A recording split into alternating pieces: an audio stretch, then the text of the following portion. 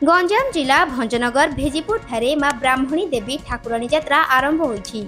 ऐतिहासिक एही यात्रा निमंते बड़दाण्ड ठारे रीतिनीति अनुसार मांकर अस्थायी मंडप प्रतिष्ठा कराजिबा परे मां ब्राह्मणी देवी पीठरे पूजार्चना चंडी पाठ एवं अपराह्न होमयज्ञ अनुष्ठित होईछि।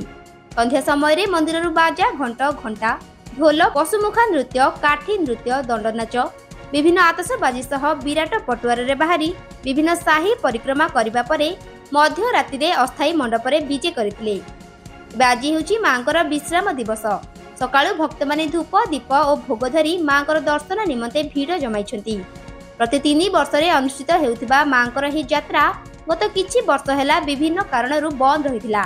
चलित वर्ष मे मास 17 तारिखरू यात्रा आरंभ होई जून 9 तारिख रे शेष हेबो बोली सूचना मिलिछि। तेबे आसंता 22 तारिख ठारू मांकर नगर भ्रमण सांस्कृतिक कार्यक्रम और मीना बजार आदि स्वाभाविक भाव में हेबो।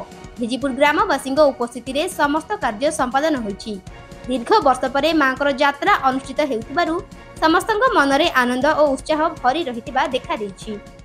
मध्य देवी परात्परम भगवती मां प्रकृति रूपिणी निर्लिप्तां गुप्त देहां त्रिजगत जननी सूक्ष्म रूपां विचित्रां देवी आनंद कंदं कनकतन धरां सर्व सौभाग्य दात्री देहि में भक्ति मुक्ति हरिपद जुगलं जोग माया स्मरामि।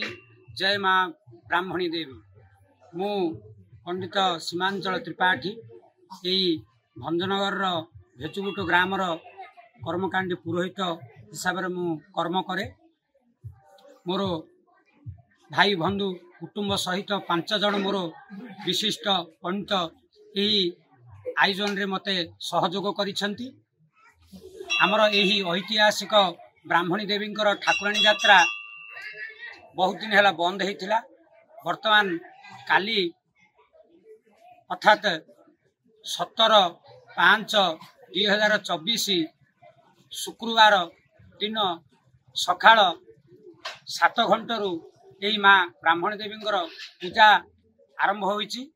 एथिरे मो सहित अरुण कुमार रथ शर्मा जे चंडी करती सी जड़े पंडित अछंती एवं पंडित बुलु मिश्र सी जड़े आमर सहयोग एवं पुरोहित लक्ष्मीकांत मिश्र यही भेचुगुट ग्रामर सी जड़े विशिष्ट पुरोहित एवं कमिटी वृंद को नहीं यही कार्यक्रम आरंभ कलु। एथिरे मांकर षोडशोपचार पूजा सूर्य पूजा मांकर आवाहन एवं अस्थायी मंडप प्रतिष्ठा एपटे प्रतिष्ठा है एवं देवी मंदिर रे चंडी पाठ है। यही सब कार्यक्रम दिन सारा लगी रहिला एवं मांकर आदेश क्रमे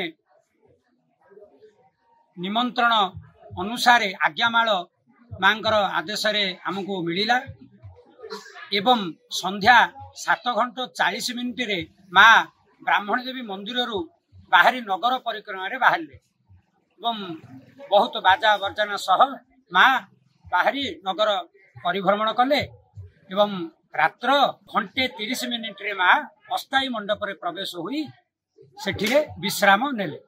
भेचुगुट बासिंदा श्री श्री माँ ब्राह्मण देवी ठाकुराणी यात्रार सभापति विश्वनाथ स्वाई।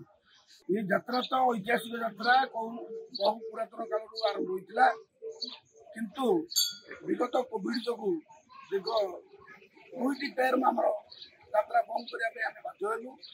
विगत वर्ष जेहेतु ठाकुराणी यात्रा अनुष्ठित होता सम्मान जन आम पूजा बंद करूँ। वर्तमान चलित वर्ष यात्रा 17 तारिख आरंभ है। काली माँ ग्राम को आसार बहुत उत्साहित लोक थे। प्राय 8-10 हजार लोक माँ को दर्शन कर पारंपरिक हिसाब से दंड नाच आउ काठी नाच आमर दुलदुली छत्रपुर ड्रम यहीपरी घंटवाद्य और आमर पारंपरिक पशुमुखा बाघ वृषभ यह सब यात्रा अनुष्ठित होता।